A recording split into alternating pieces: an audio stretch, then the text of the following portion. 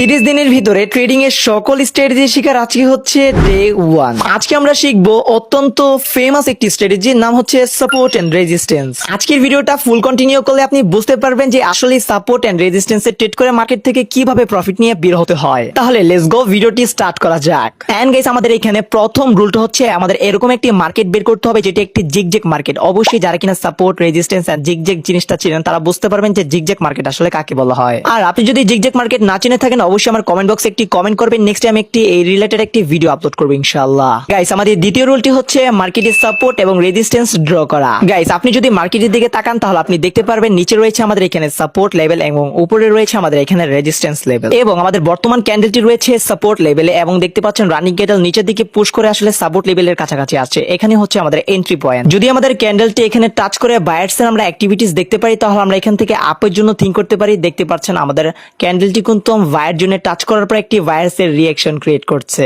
এই যে বায়ার্স এর রিঅ্যাকশনটা আমাদের এখানে দিল, এই জিনিসটা দেখে আমরা কনফার্ম হলাম এখানে বায়ার আছে।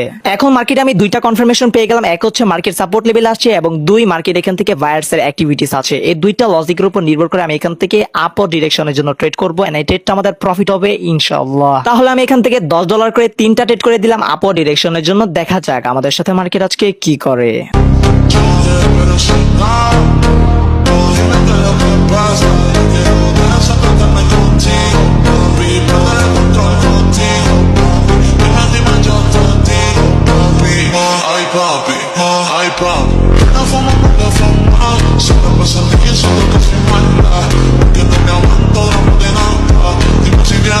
গাইস, এরকম স্ট্র্যাটেজি ভিডিও পাওয়ার জন্য আমাকে ফলো করে রাখতে পারেন।